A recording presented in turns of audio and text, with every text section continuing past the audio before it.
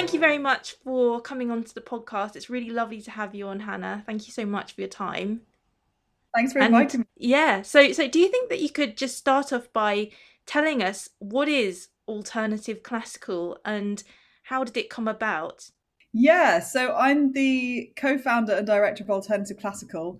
I created it in order to develop new audiences for classical music.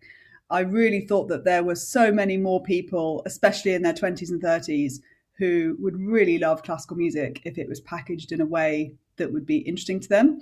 There are so many people that love going to art exhibitions, going to museums, listening to podcasts. They're really culturally engaged. And I really thought that we could interest them in classical music. And there are so many different ways of presenting classical music. So I just wanted to encourage that creativity within the sector.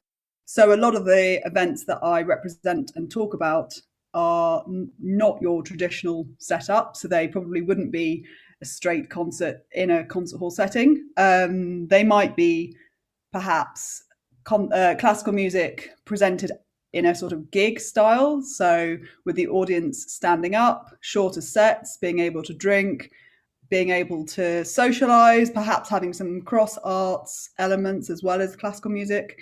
So yeah, I'm just here to kind of think about all the ways that we can reach new audiences by presenting classical music in new ways.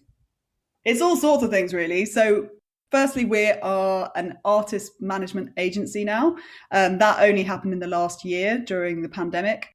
We also have an article series, an interview series, an events guide. We've got all sorts of things on our website. I've recently created, or I say recently, I've lost track of time because of COVID. It was the beginning of the first lockdown that I made Concert Roulette, which is a new way of discovering classical music. So you can shuffle through performances around the world in all sorts of concert hall settings and just watch different performances of different kinds of music and just see what takes your fancy. And if you don't like the one that you're given, then you just press another and then you move on to see another piece. So I'm kind of creating all these different ways of just slightly different ways to encourage people to access classical music and get to know it better. Mm, that's really cool. And what's really exciting about your work is that you've pioneered, I suppose, a new way of experiencing and enjoying classical music. And I just wanted to ask you, when did you launch alternative classical and how have you seen the classical music change over the years? Because obviously the classical music industry has changed rather considerably with digital technology and new ways of experiencing classical music, like what your work is doing. I created Alternative Classical in 2018. At that time, I had just gone freelance. All of the organisations that I'd worked with in the past had done some form of alternative classical event. So that's always what I'd been interested in. It's always the kind of thing that I used to look out for as an audience member. And I could just see more and more alternative events popping up. The scene just seemed to be really flourishing to me.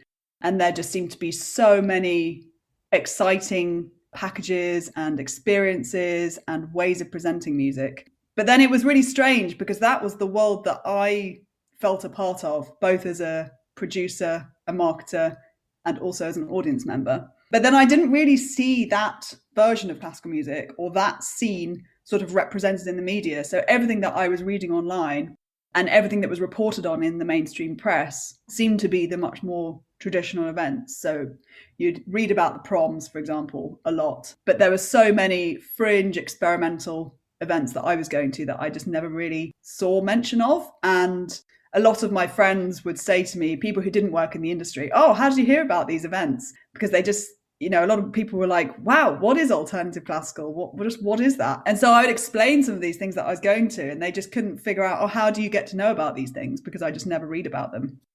So that's partly why I thought we need some organization that represents these events and puts them on a kind of a bigger platform, I suppose, and find some way of pushing up those small, organizations with smaller voices to break through, because I just felt that there are a lot of people, perhaps people within the industry, who knew about these events, but often it's organizations who don't have the marketing budget to or necessarily the expertise to reach audiences outside of classical music. And also that's really hard, even for a really big organization with lots of expertise. So I just really wanted to give those organizations a voice and really encourage more organizations to think creatively about how we could present this amazing art form. And I hope to have done a little bit of that, but I still feel like we're kind of in the early stages. I mean, we've been around for a couple of years, but I suppose, yeah, the last year has been the pandemic. It's been really interesting because I expected when lockdown hit that our web traffic would just completely take a nosedive, because all the reason that a lot of people were coming to the site at that point was that I had an events guide that rounded up around 10 events that were happening around the UK, all classical concerts, but all in unusual venues or some kind of non-traditional programming or format or some other element added in, so it wasn't just a straight concert. So that was the main reason people were coming to the site. And then, of course, so I thought, right, I'd better pivot. And I used the time that I was putting into the events guide into instead, firstly, creating Concert Roulette, which has now been played in over 90 countries, which is insane to me because it's just something that I essentially made at home in my bedroom. So that's been really, really nice. And I also started an article series. Again, there were lots of topics that I felt as a young person in the industry that the topics that I was interested in, I just didn't really see covered in the classical music press. And so I really thought that there was a way of writing in an accessible way about topics that would be interesting to people fairly similar to myself, I suppose. And some of those are aimed at classical musicians, and some of those are, you don't necessarily have to, you might not know anything about classical music, but they would still be accessible to you.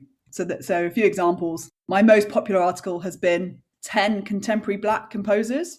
So that was around the Black Lives Matter time. And again, I wanted to educate myself on that. So it was research that I wanted to do for myself. And then I thought, well, if I've done a music degree and I've learned the piano, the violin, I've sung, I've done all these things for my whole life, and I can't name that many Black composers, I thought that's probably similar for a lot of other people. And it's something we should know. So I just thought it would be a good thing to try out. And that has now been really, really popular. And it just goes to show that so many people are interested in that topic.